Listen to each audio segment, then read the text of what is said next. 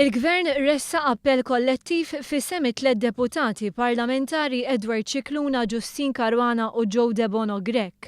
Dawn kienu involuti direttament fil-kwistjoni dwar żewġ siġġijiet żejda li skont sentenza tal-qorti għandhom jingħataw lill-Partit Nazzjonalista.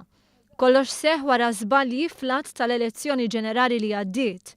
L-Avukat Ġenerali ressaq diversi aggravi fosthom li hija l-Qorti Kostituzzjonali li għandha tiddeċiedi dwar mertu bħal dak imressaq mill-Partit Nazzjonalista. Dan huwa stabbilit kemm mill-Kostituzzjoni stess kif ukoll mill-att dwar l-elezzjonijiet ġenerali.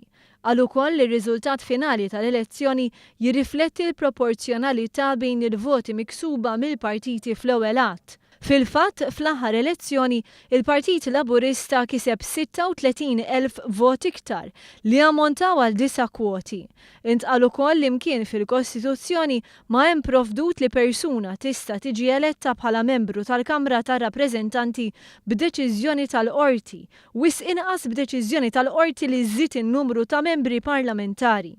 Fadal il-ġimgħa biex il-partijiet kollha jappellaw mid-deċiżjoni tal-qorti. Dan għaliex għandhom 20 jum ċans biex jagħmlu dan. Il-Kummissarju Elettorali ewlieni Joseph Church ikkonferma ma' News li sal-aħħar ta' din il-ġimgħa se tappella hi wkoll.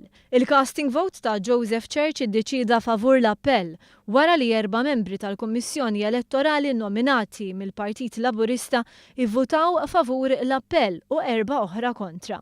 Il-vot ta' Joseph Church intefa' fuq parir tal-konsulent legali tal-Kummissjoni, il-Professur Ian Refalo. Church stqarbana li l-proċedura kienet sempliċi u kordjali.